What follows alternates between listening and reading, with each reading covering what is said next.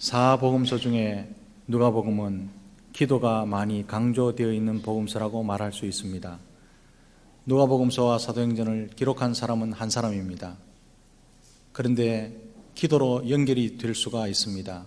누가복음에는 계속 기도하시는 예수님 모습이 조명되어 있고, 사도행전에는 복음서에는 그렇게 기도 안 하던 사도들이 예수님 모습을 닮아서 기도했던 그 모습이 조명되어 있죠. 그래서 누가복음을 기도의 복음서라고도 말하고 사도행전을 기도행전이라고도 말할 수 있습니다. 이 기도가 강조되어 있는 것이 누가복음이고 누가의 의도고 누가의 메시지라는 말씀이죠. 이것을 놓쳐버리면 누가복음이 읽는데 이해가 굉장히 어렵게 됩니다. 이 말씀은 누가는 예수님의 새 시대는 기도하던 사람들에 의해서 준비되었다고 말씀하는 강조점을 두기 위해서지요. 예수님의 새 시대는 하나님이 하셨습니다.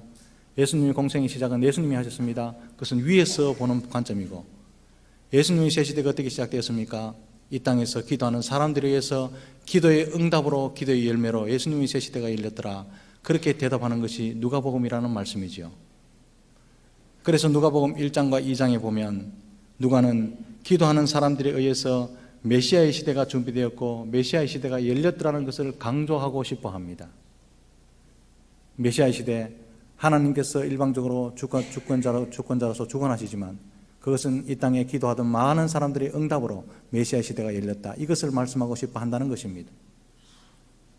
그 메시아의 시대를 준비했던 기도의 일꾼 중에 한 사람이 오늘 본문에 나오죠.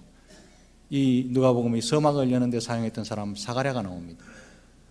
누가복음은요, 1장 1절에서 4절 말씀은 누가복음 전체의 서론이라고 할 수 있고 5절부터는 바로 누가복음을 여는 서막이라고 말할 수 있겠죠. 그 서막의 처음을 장식했던 사람이 바로 기도하는 사람 아비아 반열에 속한 제사장 사가랴였다 이 말입니다. 이 사가랴와 엘리사벳 부부에 대해서요, 6절 7절 말씀에 짧은 구절이지만 비교적 상세하게 이 부부를 소개하고 있습니다. 먼저 7절 말씀 마지막 부분에 보면 이렇게 표현합니다. 이 두 사람은 나이가 많았다. 그렇게 소개합니다. 이거 중요합니다. 나이가 많은데 한평생 어떻게 살았는지 몰라도 그 모습 그대로 살았더라. 이것을 강조하기 위해서 나이가 많았다. 이렇게 표현합니다. 제가 곧 설명을 드리겠지만 어떤 모습으로 살았는지 그 모습 그대로 한평생 살았다는 것을 강조하기 위해서 이 두 사람 나이가 많았다. 이런 뜻입니다. 두 번째 특징이 6절 말씀에 나타나죠. 이 두 사람은 나이가 많은 대로 한평생을 말씀대로 살았던 하나님 앞에 의인이었다라고 소개합니다. 아주 중요하죠. 한평생 어떤 모습으로 살았습니까? 의인으로 살았답니다. 나이가 찰 때까지 의인으로 살았답니다. 젊었을 때부터 늙을 때까지, 어린아이 때부터 나이가 드는 이 나이가 많던 시절까지 한 모습 그대로 의인으로 살았다. 이것을 강조하고 있습니다. 여기에 의인이었다는 말은 그 사람은 완전한 사람이었더라, 그 사람은 완벽한 사람이었더라 이런 뜻이 아닙니다. 여기 의인이었다는 것은요, 하나님 면전에서 하나님 앞에서 늘 하나님을 의식하고 살았던 사람이었다 이런 뜻이죠. 말을 할 때도 하나님을 의식하고 삽니다. 이웃과 대화를 할 때도, 시장에서 장을 볼 때도 하나님이 조용히 들으실 텐데 이 생각을 하고 살았다 이 말이죠. 그래서 말도 경건합니다. 혼자 있어도요, 하나님 나와 함께 하시는데 생각이 경건합니다. 우리는 하나님 면전의식을 회복해야 할 줄로 믿습니다. 혼자 있으면요, 온갖 생각 다 하잖아요. 사람 눈을 의식하기 때문에. 또 서로 사람 눈을 의식해도 마음 맞는 사람 두세 사람 모이면 수근수근하지요. 수근수근할 때 한번 들어보십시오. 하나님 없는 것처럼 이야기합니다. 그건 의인의 모습, 경건의 모습이 아니죠.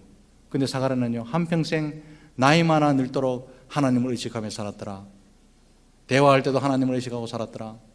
눈빛으로 쳐다볼 때도 하나님을 의식하면서 그 사람을 쳐다보았더라. 이런 뜻이 의인이었다는 뜻입니다. 하나님 면전의식을 가지고 살았던 사람은요, 언제나 하나님을 향해서 삽니다. 말도 하나님을 향합니다. 생각도 하나님을 향합니다. 가치관도 하나님을 향합니다. 왜 그렇습니까? 마음 중심에 하나님이 모셔져 있기 때문임을 믿으시기를 바랍니다. 여러분 마음 중심에도 하나님 모셔져 있음으로 말미암아 하나님 앞에 사시기를 주님의 크신 이름으로 축복합니다.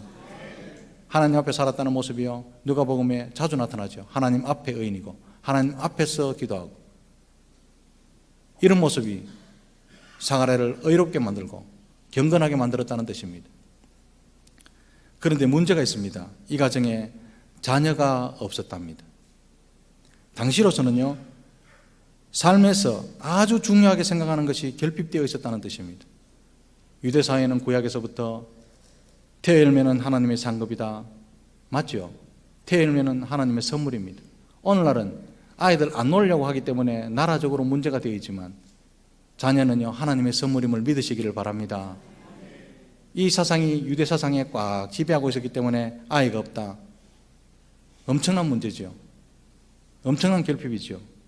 그래서 구약에서는 보면요, 축복받은 가정들마다 자녀가 많습니다.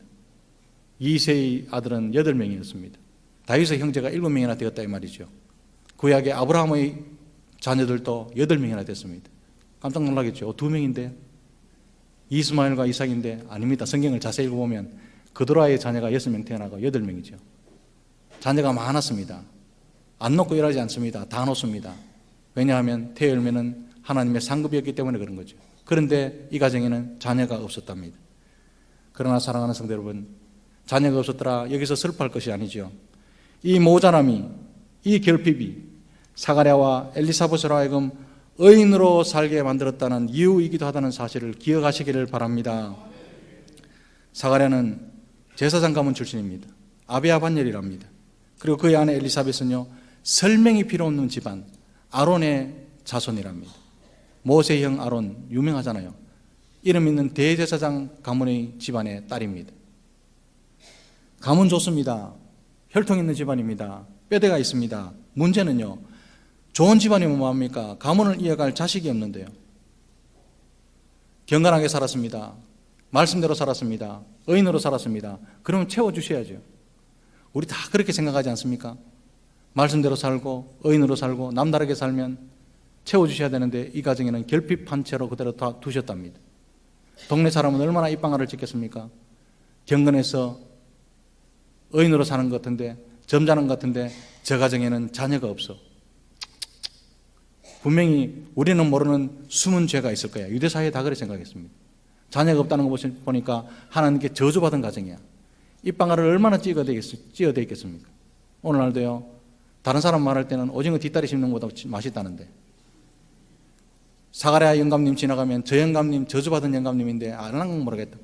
엘리사벳 할머니 지나가면은 할머니 저 집안에는 경건하게 사는지 아는데 밖으로 보면 좋은데 좋은 집안인데 뭔가 우리가 모르는 문제가 있어서 자녀가 없다고 수근수근 거렸을 겁니다. 그래서 엘리사벳은 나이가 들면 들수록 우물가에 안 나갔지 싶어요. 동네 아줌마들이 모이는 곳에. 사가랴도 나이가 들면서 친척하고 왕래도 적어질 것 같습니다. 왜냐하면 사가랴 아저씨, 사가랴 삼촌, 우리 조카 집에는 자녀가 없어. 이 말 때문에요, 마음의 상처가 되잖아요. 마음의 상처가 되면 동네 사람이 모여서 사가랴 아저씨 괜찮습니다. 우리 동네가 전부 다 동네 아이들이 사가랴 아저씨의 자녀들 아닙니까? 이렇게 위로가 하면 되는데 위로 잘 안 합니다. 아픔이 있으면 걸습니다. 부스럼이 생기고 상처를 생기면 그 후에 초를 뽑습니다. 그때나 지금이나 똑같이 싶어요. 대인기피증 비슷하게 생기겠죠. 이게요, 그 시대에 자녀가 없다는 문제입니다. 이 때문에 사가랴와 엘리사벳이 얼마나 애절하게, 얼마나 간절하게 기도했겠느냐 이 말입니다. 수근수근거리는 소리를 들을 때 집에 돌아와서 엘리사벳이 눈물을 흘리며 하나님, 나의 태의 문도 열어주십시오. 사가랴가 동네 가서 동네 사람들이 수근수근하는 모습을 보면서 다시 울면서 돌아서 하나님, 나의 눈물을 보아주십시오. 얼마나 기도 많이 했겠습니까? 그런데 이것 때문에 사가랴와 엘리사벳은 하나님을 붙들고 살 수밖에 없었던 축복이 되었다는 사실을 기억하시기를 바랍니다. 결핍이 그들로 하여금 경건하게 만들고 겸손하게 살도록 만들었던 것입니다. 이게 축복이죠.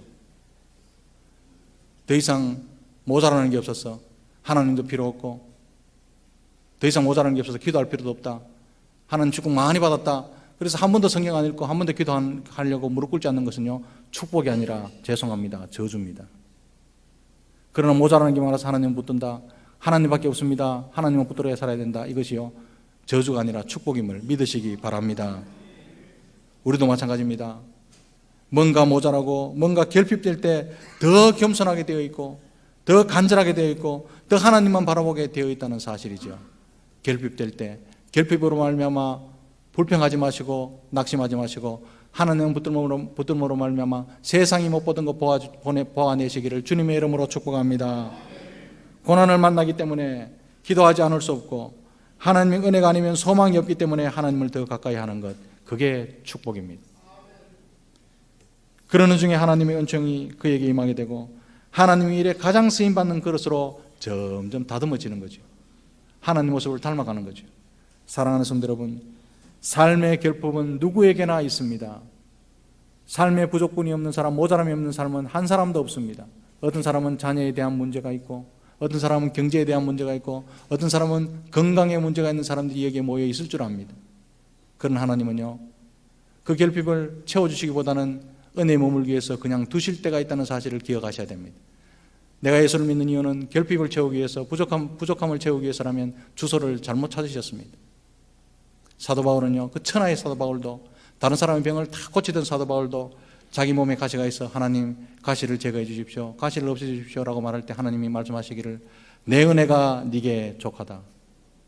네가 자만하지 않도록 몸에 가시가 있는 것이 네게 훨씬 낫다, 이렇게 말씀하셨죠. 이 말씀이 무슨 말입니까? 교만한 것보다는 아픈 게 낫다 이 말입니다. 교만해서 저주받는 것보다는 겸손해서 하나님의 축복을 받는 게 훨씬 낫다, 이 말씀을 주님께서 하셨습니다. 결핍을, 부족을, 모자람을 축복으로 바꿔내시는 여러분 되시기를 주님의 크신 이름으로 축복합니다. 이런 결핍이 때로는 우리를 괴롭게 만들기도 하지만 성도에게는 그것이 은혜의 통로이기도 하다는 사실을 믿으시기 바랍니다. 왜냐하면 뭔가 결핍된 자리가 하나님을 만날 수 있는 자리이기 때문이죠. 이걸 통해서 사가랴가 왜 누가복음의 서막에 사용되는지 우리는 잘 알 수 있습니다. 하나님을 붙들어야 살 수 있는 사람, 그래서 늘 기도해야만 살 수 있는 사람, 그 기도의 응답으로 하나님께서 새 시대를 여셨다, 이것을 누가는요 강조하고 싶어 합니다. 사가랴는 하나님 앞에서만 직무를 수행한 사람이 아니었습니다. 늘 기도했기 때문에 생활도 하나님 앞에서 했던 사람, 경건한 사람이었습니다. 사가랴는요 기도만 한 사람이 아니었습니다. 기도한 대로 살아냈던 사람입니다. 왜냐하면 부족하니까, 괴로우니까, 동네 사람들이 눈을 의식해야 해야 되니까 몸부림치면서 하나님 앞에 기도한 대로 살았습니다. 요즘요 직분이 사람을 만든다고 하는데 그거보다는요 우리의 삶이 직분을 아름답게 만들어야 되는데 이 사가랴가 그런 사람입니다. 직분이 사가랴를 만든 것이 아니라 직분을 사가랴가 아름답게 만든 사람이었죠. 이런 직분자가 되시기를 주님의 이름으로 축복합니다. 결핍 속에서 나오는 황금 같은 사람이죠. 정금 같은 사람이죠. 9절에 보면 이런 사가랴가 성전에 들어가 분향하면서 하나님을 섬길 수 있는 기회를 얻었답니다. 알기 쉽게 설명하겠습니다. 사가랴가 로또를 맞았더라, 이 말입니다. 왜냐하면 제사장으로서 분향단에 들어가서 섬길 수 있는 기회는 제사장 전체 가운데요 한평생에 한 번 찾아올까 말까한 희귀한 기회입니다. 제사장의 직분이 역대상 보면요 24반일이 있습니다. 24년 만에 한 번씩 돌아온다 이 말이잖아요. 24반일이 있고 예수님 시대, 이 사가랴 시대 때요 예루살렘 주변에만 2만 명 이상의 제사장이 있었답니다. 30세 이상부터 분향단에 들어갈 자격이 있다면 한번 제비 뽑고 난 뒤에 24년이 돼야 돌아옵니다. 정말 줄 잘 섰으면 자기 평생에 2번 제비 뽑는데 참가할 수 있고요, 아니면 한 번 하고 넘어가는 겁니다. 24반일 중에 2만 명 중에 제비를 뽑아 순번을 정했다. 정말 하늘에서 별따기죠. 그래서 제사장으로 등록은 되어 있지만 대부분은 한 번도 분향단에 못 들어가 보고 그렇게 죽는 겁니다. 그런데 사가랴는 분향단에서 하나님을 섬길 수 있는 특별한 기회가 그에게 주어졌더라. 그렇게 알기 쉽게 설명했습니다. 로또 맞았다 이거죠. 그런데 사가랴가 이 귀한 기회에 무엇을 했겠습니까? 13절에 보면요 사가랴는 분향단 성소 안에서도 분향하며 기도했더라, 그렇게 말합니다. 이 말을 어떻게 알 수 있느냐 하면 너의 간구함이 들린지라, 이 말 때문에 알 수 있죠. 너의 간구함이 들린지라, 이 말은 헬라어 문법상으로 보면 한 번, 2번 기도하고 마친 것이 아니라 꾸준하게 간구해 왔다는 뜻입니다. 그의 발걸음이 간구였고요, 그의 음성이 간구였고요, 그의 가만히 서 있는 묵상이 간구였고, 분향이 간구였고, 예배가 간구였더라, 그런 뜻입니다. 밖에서 기도하듯이 분향단에 들어가서도 기도했다 이 말이죠. 그는 제사장의 직무를 수행하기 전부터 벌써 결핍 때문에 의인이라고 인정받았던 사람입니다. 이 말은 그의 경건과 기도는 장소를 초월하고 직무를 초월했더라, 그렇게 신실하게 기도했더라는 말입니다. 사랑하는 성도 여러분, 우리의 기도에도 이런 꾸준함이 있어야 응답을 받을 줄로 믿습니다. 우리는 얼마나 꾸준하지 못하고 신실하지 못합니까? 1년 작정해 놔놓고요, 1년을 다 채우는 사람이 없잖아요. 많이 살아봐야 70년, 80년, 길게 살면 100년인데 70년 동안 기도하는 사람 별로 없습니다. 하나님은 천년만년 우리를 보살펴 주시는데 우리는요, 1년 작정해서 기도를 지켜내는 모습이 참 없죠. 그러면서 무슨 문제가 생기면 하나님 기도를 들어주십시오. 하나님 뭐 하십니까? 땡감을 빡빡 지르고 난 뒤에 하나님 왜 내 기도에 응답하시지 않습니까?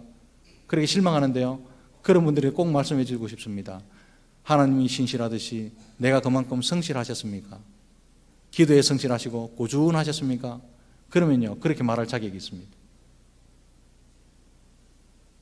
제사장은 큰절기 3주간, 유월절, 초막절, 오순절 3주간 동안, 그리고 평일봉사 2주간 외에는 나머지 47주간에는 집에서 생활했습니다. 동네 아저씨로, 가장으로, 아빠로, 남편으로 그래 살아야 했습니다. 그래서 예루살렘 주변에는요, 제사장들이 많이 모여 살았죠. 집에 가야 되니까. 그런데 이 사가랴는요, 47주 동안 제사장으로 있으면서도 가장으로, 남편으로, 동네 아저씨로 하나님 앞에서 살았고 경건하게 살았고 기도하는 삶을 꾸준하게 살았더라, 이 말이요. 너의 간구함이 들린지라, 이 말입니다. 성전에서만 기도하는 것이 아니라 거리에 걸어가면서도 기도하고, 버스를 타면서도 기도하고, 묵상하면서도 기도하고, 대화도 기도하는 것처럼 기도했더라, 꾸준한 사람이었다는 뜻이죠.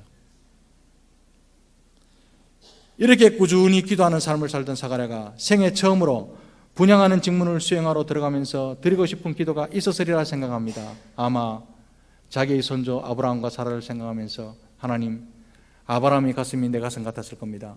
이제 이해가 됩니다. 사라의 가슴이 우리 아내 엘리사벳의 가슴과 안 같았겠습니까? 하나님, 우리 아내의 통곡을 들어주십시오.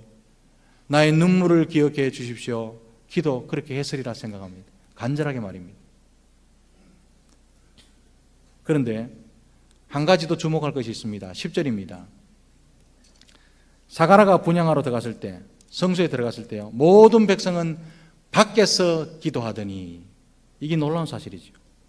모든 공동체가 그 시간에 기도로 쫙 준비되니까 그 기도를 딛고 새 시대가 열렸더라, 이 말이잖아요. 우리는 기도할 때요, 우리 목사님 기도하나? 우리 장로님 기도하나? 그러면 자기는 기도 안 해요. 이게 문제죠. 요즘 같으면 사가랴 분향단에 들어갔는데 얼마나 걸리나노? 30분 걸리는가? 1시간 걸리는가? 우린 기다리면 뭐하노? 라면이나 한 그릇 먹고 오자. 이럴 형국이 현대지요. 그런데 사가랴가 분향단에 들어갔을 때 백성들은요, 밖에서 다 기도하고 있었답니다. 이 말이 무슨 말입니까? 각자 자기의 구역에서 자기가 있어야 될 자리를 다 지키면서 기도에 열중하고 있었다는 말이죠.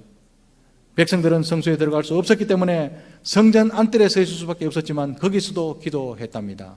사랑하는 성도 여러분, 이런 기도의 합주를 배워나가시고 명심하시기를 주님의 크신 이름으로 축복합니다. 기도하더니, 10절 말씀에 기도하더니, 이 말씀, 이 구절은요, 누가복음에 19번, 사도행전에 16번 나옵니다. 똑같은 말이 반복됩니다. 이 말이 무슨 말입니까? 누가는 하나님께서는 기도할 때 그의 뜻을 나타내 보이셨다는 사실을 강조하고 있는 것입니다. 기도할 때. 하나님의 뜻이 우리에게 나타나는 가장 이상적인 환경은 기도할 때라는 사실을 기억하시기를 바랍니다. 기도해야 합니다. 기도해야 합니다. 사랑하는 성도 여러분, 기도는 성도의 특권임을 믿으시기 바랍니다. 왜냐하면 구약시대는요, 대제사장이라 할지라도 지성소에 1년에 한 번 딱 들어갈 수 있습니다. 그런데 지금 오늘은 어떻습니까? 누구든지 수시로 은혜의 보좌 앞에 담대히 나가서 간구할 수 있지 않습니까? 그래서 기도는 특권임을 믿으시기를 바랍니다. 특권은요, 사용하라고 주신 겁니다. 사용하라고 주신 것이 특권이죠. 특권이다, 특권이다, 갖고 다니라고 주는 게 아닙니다. 기도하시기를 주님의 이름으로 축복합니다. 그런데요, 이 특권을요, 사용하지 못하는 시대가 이 시대고요, 앞으로 예수님 오시는 시간이 가까워지면 가까워질수록 교회는 텅텅 비고 기도의 시간은 텅텅 비게 될 것입니다. 제가 젊은 총각 때 또 신혼초에 금정산 가나안수양관이나 감림산 올라갈 때는요, 사람이 너무너무 많아서 미리 방을 하나 잡으려면 일주일 전이나 한 달 전에 잡았어야 올라가 기도할 수 있었습니다. 근데 지금은 어떤 줄 아십니까? 그냥 올라가면 돼요. 텅텅 비가 있습니다. 말세지 말단의 현상입니다. 기도의 특권 사용하셔야 됩니다. 기도하시기를 바랍니다. 오늘날 기도하는 현장에요, 사람이 빕니다. 새벽 기도에 사람이 빕니다. 금요 기도에 사람이 빕니다. 기도 용사 안 합니다. 왜 그렇습니까? 바쁘니까. 일이 잘 되니까. 너무 잘 사니까. 특히나요, 남자들이 기도를 안 해요. 남자들이. 남자가 기도해야 역사가 일어날 줄 믿으시기를 바랍니다. 아멘 소리 작은 거 보소. 좁쌀이 100번 구르는 것보다 호박이 한 번 구르는 게 훨씬 낫죠. 제가 권사님들이 좁쌀이라고 하는 말이 아니고 남자들 기도 좀 하자 이 말입니다. 기도하는 남성들 되시기를 주님의 이름으로 축복합니다. 금요 기도에 오면요, 남성들 별로 없습니다. 장로님도 몇 번 오시고. 세계 역사적으로 보면요, 1000불 정도 될 때까지는 기독교가 부흥합니다. 5000불 될 때까지는 서서히 부흥하다가 10,000불 되면요, 정체가 됩니다. 10,000불에서 20,000불 사이 되면요, 기독교 인구가 줄어들기 시작합니다. 왜냐하면 잘 살거든. 답답한 게 없거든. 놀러가기 바쁘거든. 그게 지금 한국교회 현실입니다. 말세지 말단이 되면 오죽했으면 주님께서 내가 올 때, 인자가 올 때 믿음을 보겠느냐 하셨을까요? 그 믿음이 뭡니까? 끝까지 하나님을 붙들고 기도하는 그 믿음을 말합니다. 내가 인자가 올 때 믿음을 보겠느냐 하시는 그 말씀에 우리 교회에서는 그런 믿음을 많이 보여드릴 수 있도록 줄 수 있기를 주님의 이름으로 축복합니다. 백성들이 기도와 제사장의 기도가 합쳐져서 향과 함께 하나님께 올려졌습니다. 아름다운 모습이지요. 이것을 시편 141편 2절 말씀엔 이렇게 표현합니다. 나의 기도가 주의 앞에 분향함 같이 나의 손드는 것이 저녁 제사같이 되게 하소서, 이렇게 말합니다. 이것을 신약성경 요한계시록 5장 8절에는 이렇게 말씀합니다. 24 장로들이 그 어린 양 앞에 엎드려 각각 검은고와 향이 가득한 금대접을 가졌으니 이 향은 성도의 기도드리라. 이 말이 무슨 말입니까? 기도하지 않는 사람은 올려드릴 향도 없다 이 말입니다. 향을 피우면 연기가 올라가듯이 분향은 하나님께 올라가는 기도를 상징했습니다. 그래서 이스라엘 사람들은 아침 저녁 분향할 때 기도 시간을 정해두고 기도한 겁니다. 제9시 기도 시간에, 그 시간이요, 분향하는 시간입니다. 향연이 올라가고 백성은 밖에서 기도하고 제사장은 안에서 기도할 때 천사가 나타났습니다. 메신저가 나타났죠. 그리고 메시아가 오실 구원의 서막을 알려주셨습니다. 이것이 신약의 새 시대고 새 시대를 개막하는 여는 서막이었다는 말씀입니다. 사랑하는 성도 여러분, 내 삶에 새로운 지평이 열리기를 원하십니까? 기도하시기를 주님의 이름으로 축복합니다. 우리 자녀들 가운데 우리 가정에 새로운 지평이 열리기를 원하십니까? 기도하시기를 주님의 이름으로 축복합니다. 우리의 기도의 합주가 있어야 새로운 시대가 열린다는 사실을 기억하시기를 바랍니다. 하나님은 그때 2000년 전에 기도하던 백성과 사가랴를 통해서 하나님이 큰 뜻을 알리셨듯이 오늘날도 역시 기도하는 자를 통해서 하나님 뜻을 나타내 보이실 줄로 믿습니다. 기도 용사 모집하고 있습니다. 밖에 나가면요, 돌을 때 종이가 양쪽으로 딱딱 2장 붙었을 겁니다. 보면요, 저긴갑다. 극하고 가지 마시고 시간을 헌신하시고 기도 용사로 헌신하셔서 기도로 새 역사를 여시는데 동참하시기를 주님의 이름으로 축복합니다. 모두가 기도의 합주에 동참해서 하나님 뜻을 알고 교회와 국가와 가정을 기도로 바르게 세워나가시는 저와 여러분들이 다 되시기를 주님의 크신 이름으로 축복합니다.